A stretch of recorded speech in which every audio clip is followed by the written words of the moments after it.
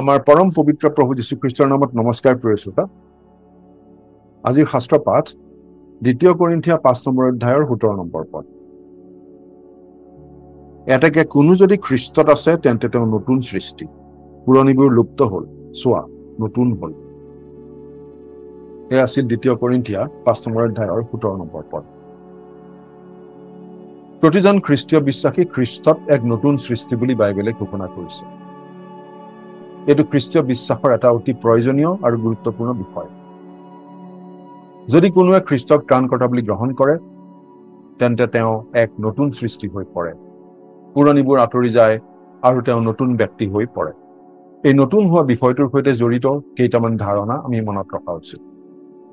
যেতিয়া কোনো এজন লোকে খ্ৰীষ্টক ত্ৰাণকৰ্তা হিচাপে গ্ৰহণ কৰে তেতিয়া তেওঁৰ গভীৰ পৰিৱৰ্তন ঘটে। পবিত্ৰ আত্মাৰ যোগেৰে আত্মিকভাৱে নতুন জন্ম লাভ কৰি তেওঁ ঈশ্বৰৰ সন্তান হয় আৰু এটা নতুন স্বভাৱ, নতুন প্ৰকৃতি তেওঁ লাভ কৰে। পাপ আৰু ঈশ্বৰৰ পৰা বিচ্ছেদ হৈ থকা পুৰণি জীৱনৰ সলনি ধাৰ্মিকতা আৰু ঈশ্বৰৰ সৈতে মিলনেৰে চিহ্নিত নতুন জীৱন তেওঁ আৰম্ভ কৰে। আমি এনেদৰে নতুন সৃষ্টি হোৱাৰ এটা অৰ্থ হ'ল এতিয়া আমাৰ পৰিচয় খ্ৰীষ্টত শিপাই আছে।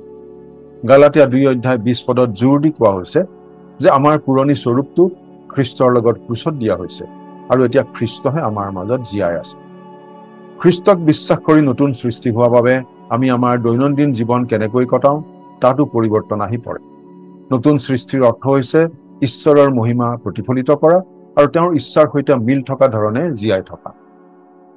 এই যি ৰূপান্তৰ ঘটে ই কেৱল বাহ্যিক নহয়, কিন্তু ইয়াৰ লগত গভীৰ আভ্যন্তৰীণ পৰিৱৰ্তন জড়িত হৈ থাকে। ই আমাৰ মন আৰু আত্মাৰ নবীকৰণৰ ইংগিত দিয়ে, যাৰ ফলত পবিত্ৰ আত্মাৰ দ্বাৰা অহৰহ গঢ় লৈ থকা জীৱন এটালৈ আমাক আগবঢ়াই লৈ যায়। খ্ৰীষ্টৰ দ্বাৰাই ঈশ্বৰৰ সৈতে আমাৰ মিলন হয় আৰু এই নতুন সৃষ্টি ঈশ্বৰৰ অনুগ্ৰহ আৰু প্ৰেমৰ প্ৰমাণ। আৰু আমাৰ পৰিৱৰ্তিত আচৰণ আমি যে নতুন সৃষ্টি হলো তাৰ প্ৰমাণ। প্ৰাৰ্থনা কৰিম। স্বৰ্গত থকা মৰমীয়াল পিতৃ ঈশ্বৰ, প্ৰভু যীশুখ্ৰীষ্টক বিশ্বাস কৰি ত্ৰাণকৰ্তা বুলি গ্ৰহণ কৰি আমি নতুন জন্ম লাভ কৰি তোমাৰ সন্তান হলো আৰু আমি হৈ পৰিলো নতুন সৃষ্টি।